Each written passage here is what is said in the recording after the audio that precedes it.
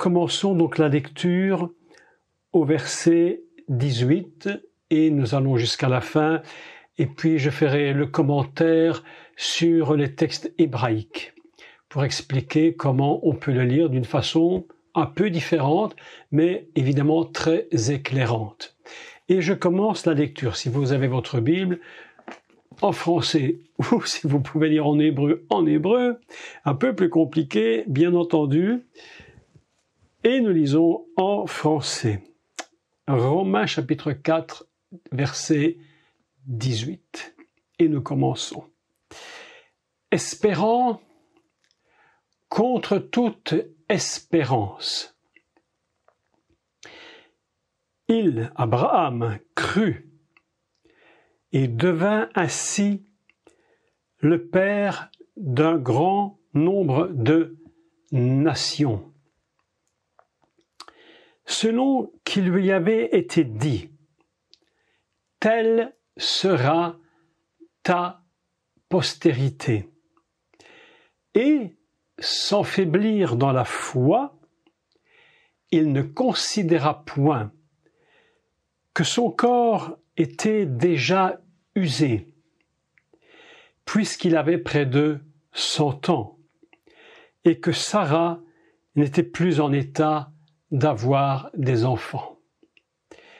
Il ne douta point par incrédulité au sujet de la promesse de Dieu, mais il fut fortifié par la foi, donnant gloire à Dieu et ayant la pleine conviction que ce qu'il promet, il peut aussi l'accomplir. C'est pourquoi cela lui fut imputé à justice.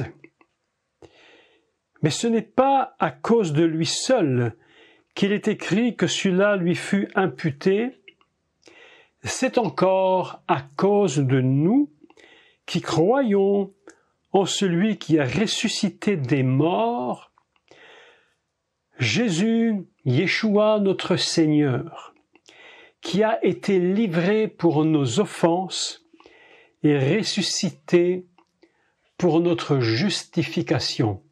Voilà un texte absolument magnifique. J'aime toujours repenser que Paul, qui vient d'un judaïsme pur et dur, sans pitié, c'est un homme dont on peut dire de lui qu'il a vraiment été ce qu'on appelle nous converti, c'est-à-dire passé d'une devise à une autre. Sa devise, c'est amusant le mot convertir parce que qu'on convertit une devise, on parle d'une mesure à une autre.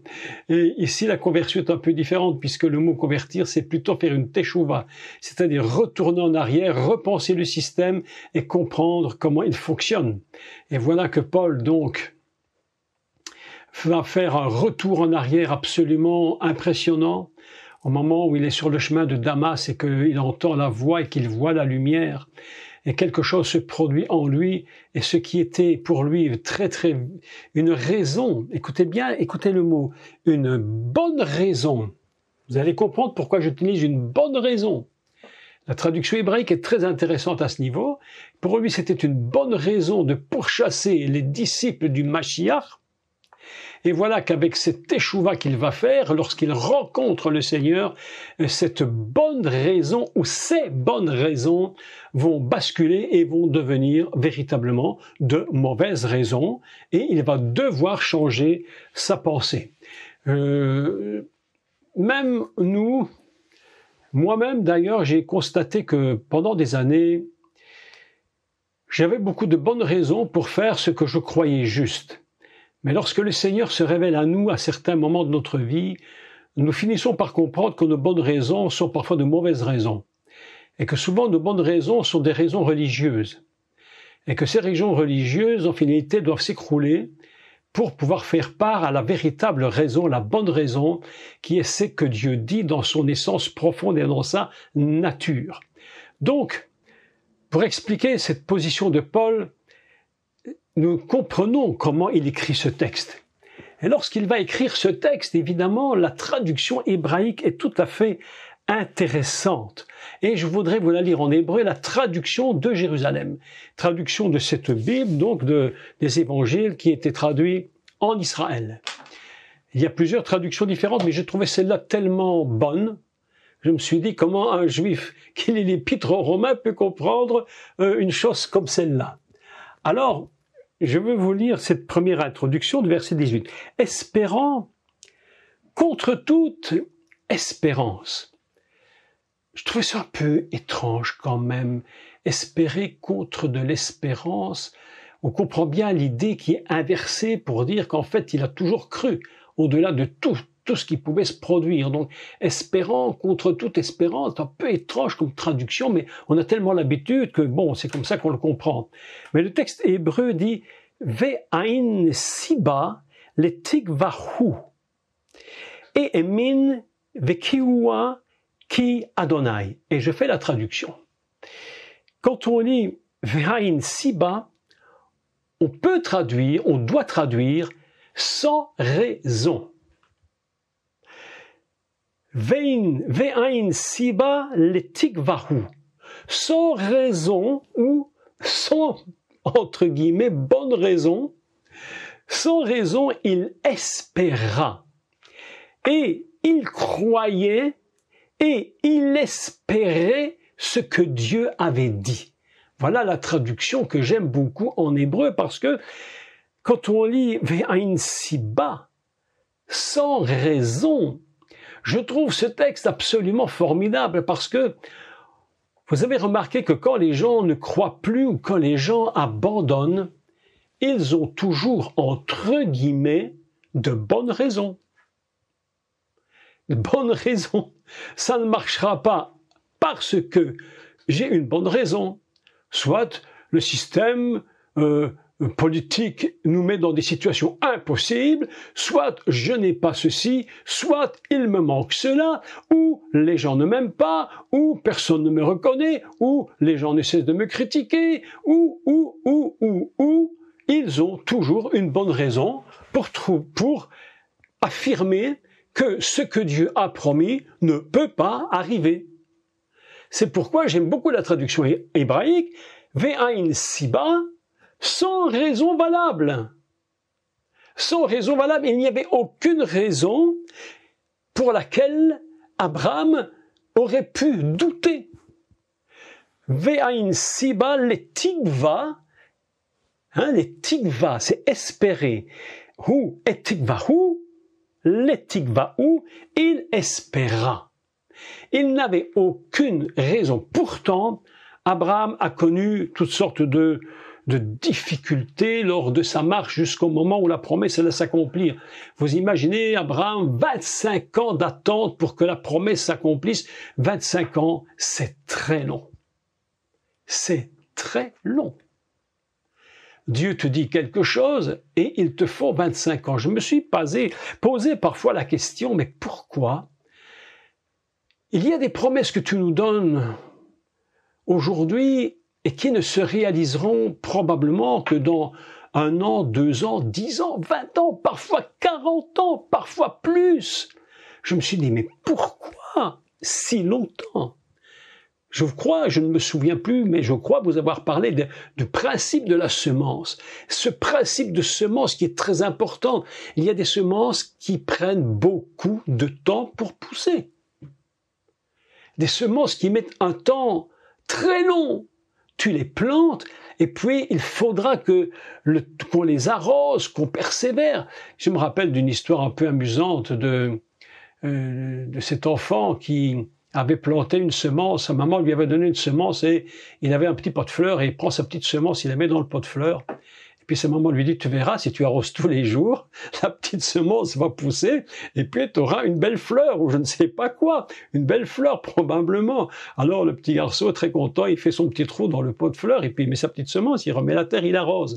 Et puis le lendemain, il vient, il regarde et il ne trouve pas. Il voit pas la fleur. Alors il dit à sa maman, mais maman, ouais, tu m'avais promis qu'il y avait une fleur, où est-elle? Alors il ouvre le pot, il tire la semence pour voir où est passée la semence. Ça paraît tout à fait banal. Cette histoire est absolument enfantine, mais tellement véritable, tellement vraie que Dieu nous donne des semences. Le secret, c'est de ne pas toucher à la semence. Ne jamais toucher à la semence. Tu la laisses enterrer. Il faut qu'elle meure.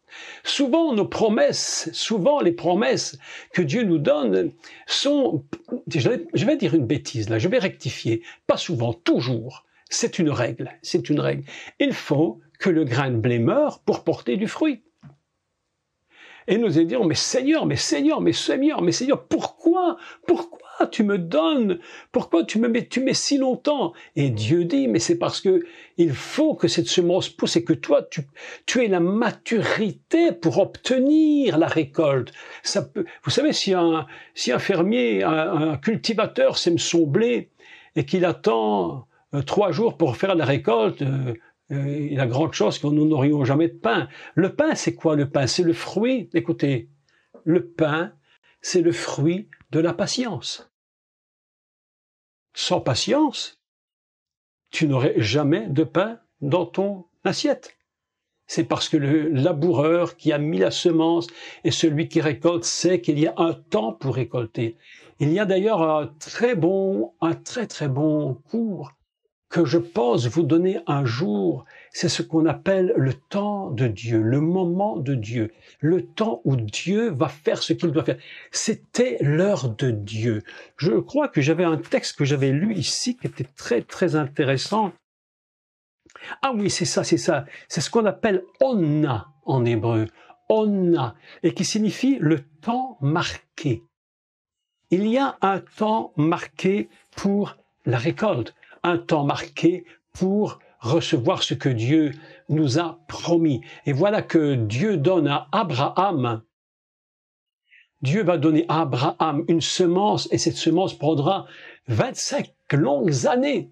Mais jamais il n'a regardé aux années, il a laissé la semence plantée, jamais il ne l'a touchée. Il savait qu'un jour il récolterait. Ça, c'est très important d'expliquer. C'est pourquoi il dit Ve'ain siba letikvahu, sans aucune raison, il espéra.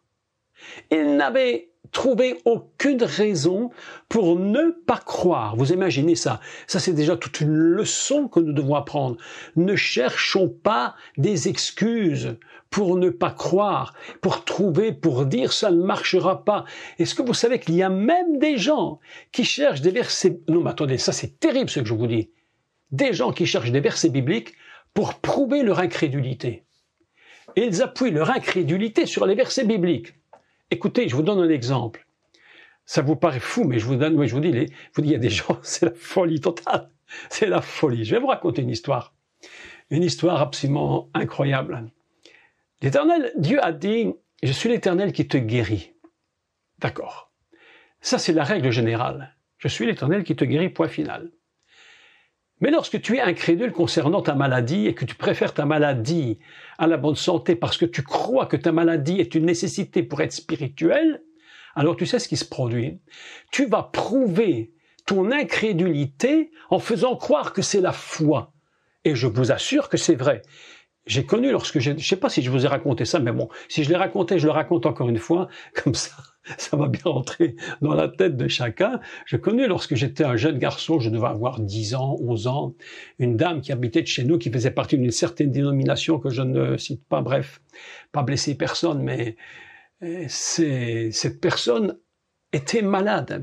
Je n'entendais parler d'elle que de maladie. Elle avait tout. Enfin, tout ce qui existe sur la Terre, on a l'impression que c'était sur elle qu'elle avait tout pris. Et c'était absolument catastrophe. Mais vous savez pourquoi elle était malade? Moi, j'écoutais ça en tant qu'enfant. Je me dis, mais qu'est-ce que c'est que cette histoire? Pourtant, dans ma dénomination, on ne parlait pas de guérison, d'imposition des mains. Mais quand même, je trouvais ça très bizarre. Elle était toujours très très malade. Pourquoi? Parce qu'on lui avait enseigné que Élisée mourut de la maladie dont il était atteint. Et puis, un autre verset. Paul dit, j'ai laissé, je ne sais plus comment il s'appelle, j'ai laissé malade Trophime. Oui, j'ai laissé Trophime malade à la maison. Elle a saisi les 2 versets et elle a dit, mais puisque Lysée est mort de la maladie, automatiquement, je dois être malade. Puisque Trophime est resté malade, pourquoi serais-je guéri? À partir de là, elle va appuyer entre guillemets, sa foi sur 2 versets qui, en réalité, prouvent quoi? Prouvent l'incrédulité. C'est tout ce que ça prouve, de l'incrédulité. Mais lorsque le croyant est capable d'utiliser la parole pour prouver son incrédulité, vous imaginez où on est parti. Aucune bonne raison. Il n'y avait aucune bonne raison, parce qu'une bonne raison qui va contre Dieu est une mauvaise raison. La seule bonne raison, c'est celle qui te fait dire ce que Dieu a dit s'accomplira, point, on arrête là. Ça, c'est très important. Abraham, il est écrit, espérant contre toute espérance, sans raison valable, il espéra. Et puis le texte continue. Il crut. Et le texte hébreu dit, Emin vekiwa ki Adonai. Sans raison valable, il espéra, il croyait. Il croyait. Il espérait ce que Dieu avait dit. Il savait. Et pourtant, Abraham a eu tous les problèmes du monde. Il a eu des problèmes avec Lot. Il a eu des problèmes. Il avait creusé des puits. Et puis, lorsque les puits étaient creusés, il partait. Et lorsqu'il revenait, on avait bouché les puits. Ses ennemis avaient bouché. Il fallait redéboucher les puits. Vous avez remarqué combien de fois dans la vie que lorsque les promesses mettent du temps, il faut parfois déboucher nos puits. Parce que si nous ne débouchons pas nos puits, nos ennemis se font une joie de continuer de les remplir jusqu'à ce qu'on n'ayons plus absolument du tout rien à faire avec ces puits, qu'on n'ayons plus d'eau, de quoi boire. Et il faut redéboucher les puits. Il y a un très très bel enseignement sur les puits et déboucher les puits. Un puits est très important. Un puits, c'est le lieu où la vie est donnée. C'est là que vient la vie, de l'eau de la vie. Et Abraham va traverser des années, il va se battre. Il va se battre contre les rois. Il va se battre contre ceci, contre cela. Ses ennemis n'auront jamais cessé de vouloir le déranger, mais il n'avait aucune bonne raison pour dire non, ça ne s'accomplira pas. Abraham croit jusqu'au bout. Mes amis, je vous sers, c'est une leçon que nous devons apprendre. Et nous étions, écoutez bien ceci, nous étions, vous et moi, dans Abraham. C'est-à-dire que l'espérance d'Abraham, qui n'a jamais douté, qui a cru et qui espérait sans douter, c'est notre espérance. C'est sur cette espérance d'Abraham que nous nous appuyons. Nous ne nous tenons que sur cela. Nous ne cherchons pas de raison pour abandonner. Nous ne cherchons sûrement pas un verset biblique qui prouve que nous avons raison d'abandonner la promesse. Depuis que la promesse a été donnée que le Mashiach donnerait sa vie, des siècles sont passés.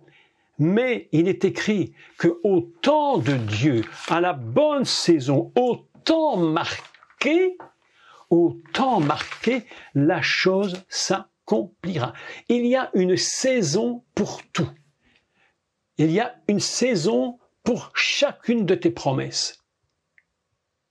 Lorsque tu crois, rentre dans la saison de l'exaucement. Ne regarde à rien d'autre que la saison, au temps marqué. Dieu va faire pour toi ce qu'il a promis.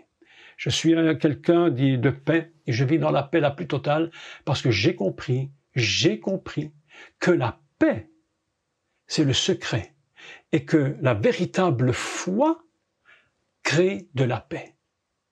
Celui qui croit vraiment ne doit jamais s'inquiéter. Ce que tu as dit me laisse en paix. La terre peut s'écrouler, le monde peut exploser, tout peut aller de travers, mais la paix que produit la foi d'Abraham en nous donnera un jour raison de notre persévérance. Et Dieu aime les persévérants. Dieu regarde les persévérants. Il les regarde. J'aime beaucoup cette histoire de Gédéon. J'aime beaucoup cette histoire de Gédéon lorsqu'il était en train de mettre son blé et qu'il faisait ça rapidement en secret. Il avait une foi, une vision. Et la Bible nous enseigne que l'ange de l'Éternel se tenait sous l'arbre et il regardait Gédéon. Eh oui. Quand Abraham a reçu la promesse, l'Éternel regardait Abraham pour voir jusqu'où il était capable d'aller. Et lorsque les promesses avancent, lorsque les années passent, les mois, les années passent, et que la promesse revient à toi, avez-vous remarqué parfois,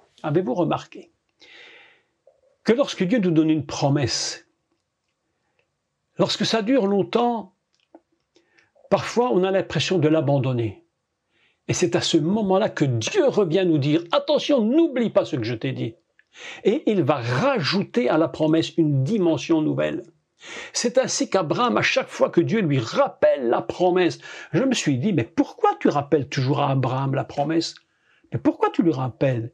Il n'était pas ignorant, il n'était pas amnésique que tu lui redises tout le temps. Mais Abraham va passer d'étape en étape et Dieu regarde s'il est capable de résister à tout ce qui peut se produire. Le Mashiach est né à travers Abraham par la persévérance d'un homme qui n'avait aucune bonne raison pour abandonner.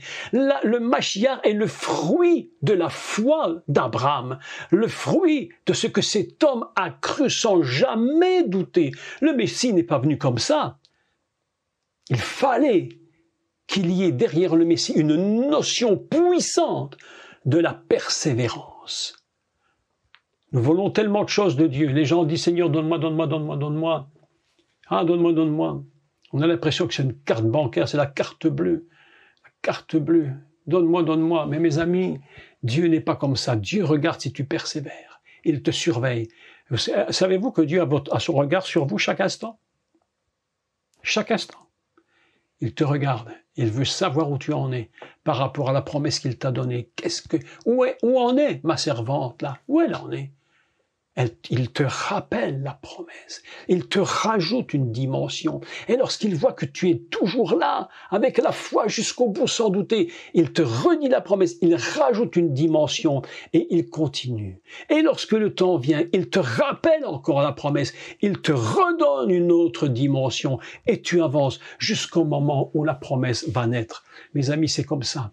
Une promesse de grande... Je me souviens lorsque je devais avoir c'est tous des petits exemples et qui nous parlent beaucoup en finalité parce que lorsque j'étais un jeune homme, je pense avoir 24, 25 ans, j'avais un petit jardin minuscule, puis j'avais décidé de planter quelques radis, voilà, quelques radis, vous voyez, hein. Et puis la terre était très dure, mais enfin j'ai quand même creusé un peu, puis j'ai mis le radis, puis j'ai refermé la terre, j'ai arrosé. Et puis ils sont sortis de terre. Mais un problème s'est posé, c'est qu'il n'y avait aucun radis, il n'y avait qu'une tige. Quand j'ai regardé, j'ai dit, mais comment ça se fait? Mes radis ne poussent pas, il n'y a qu'une tige, où sont les radis? Et j'ai appris une leçon, c'est qu'une semence ne se développe que lorsqu'elle rencontre des obstacles. Ce qui fait la force de la semence, c'est lorsqu'elle rencontre un caillou. Elle est obligée de se forcer pour contourner l'obstacle. Et là, elle prend de la force. Et puis, elle rencontre un morceau de terre plus dur. Et puis, elle va rencontrer d'autres obstacles. Et ainsi, la semence se développe, se développe, se développe. Et ainsi, nous avons récolté ce que nous avons semé. Les gens veulent beaucoup de Dieu, mais ils n'aiment pas du tout les obstacles. Ils ne sont pas du tout capables de persévérer. Et puis ils disent, mais ça fait 3 ans que j'ai pris, ça fait 5 ans que j'ai pris. Eh bien, si tu abandonnes maintenant, ça veut dire que tu n'as pas persévéré. Peut-être faudra-t-il encore 5 ans, mais n'abandonne jamais. C'est pourquoi j'aime beaucoup cette phrase. Espérant contre toute espérance, sans raison valable, il espéra, il croyait. Il espérait ce que l'Éternel lui avait dit. Et il crut. Et c'est parce qu'il a été jusqu'au bout qu'il devint ainsi le Père, celui qui engendre, le Père d'un grand nombre de nations. ça c'est très très intéressant, selon qui lui avait été dit, écoutez le texte. Telle sera ta postérité. Point. Voilà une très petite promesse, au point de vue mot. Telle sera ta semence, en réalité. L'apôtre Paul va faire une parenthèse sur cette expression, telle sera ta semence. Paul va dire, il parle d'une semence, ta semence, comme s'il s'agissait d'une seule, c'est-à-dire le Messie. Ta postérité écrasera la tête du serpent. C'est-à-dire que dans l'idée de la semence, il y a l'idée du Mashiach. Et si nous sommes en lui, ou je vais dire, puisque nous sommes en lui, c'est cette idée fondamentale qui est la nôtre. Nous sommes de la postérité. Et même si il y a il ne faut pas confondre deux mots. Il ne faut pas confondre postérité et descendance. Il ne faut pas confondre la semence et la descendance. La semence, c'est le Mashiach. La descendance, c'est nous. Et nous sommes inclus dans la semence. Et de cette semence va sortir une multitude de personnes qui formeront une multitude de nations. La Torah nous enseigne que dans la Bible, il y a 70 nations et que Israël ne fait pas partie des 70. Le problème d'Israël, c'est qu'ils se sont assimilés aux 70. Et alors qu'il aurait dû être autre. Quelqu'un, un jour, m'écrit un mot, j'avais enseigné sur Israël, puis quelqu'un n'était pas très content sur moi, parce que j'avais dit qu'Israël n'était pas une nation, mais qu'il s'était assimilé aux nations, et que c'était là son problème. Et quelqu'un m'a écrit très très fâché contre moi. Comment vous osez dire ces choses? Ah, ce n'est pas vrai, Israël c'est une théocratie. Je dis, mais pas du tout. Israël n'est pas une théocratie. Et c'est terrible parce que Dieu l'aurait voulu. Mais le principe de la théocratie n'a pas fonctionné pour Israël. Pourquoi? Vous savez, ils ont demandé à un moment donné à Samuel, ils ont dit, donne-nous un roi. Ils ne voulaient plus que Dieu les dirige. Alors Samuel était très mécontent. Alors ils disent, mais tu te rends compte, on a toujours ton peuple a toujours été dirigé par toi-même, et maintenant ils veulent un roi. Et l'Éternel se tourne vers Samuel et lui dit, écoute Samuel, mais écoute-moi, ce n'est pas contre toi qu'ils en ont, ce n'est pas toi. Ils ne veulent plus de moi. Fais ce qu'ils te demandent. Autrement dit, la théocratie qui aurait dû diriger ce peuple est devenue un pays comme tous les pays avec un roi et tout ce que ça représente. Dieu était très bon parce qu'il leur a donné David. Néanmoins, après David, si vous regardez l'histoire des rois, c'est une véritable catastrophe.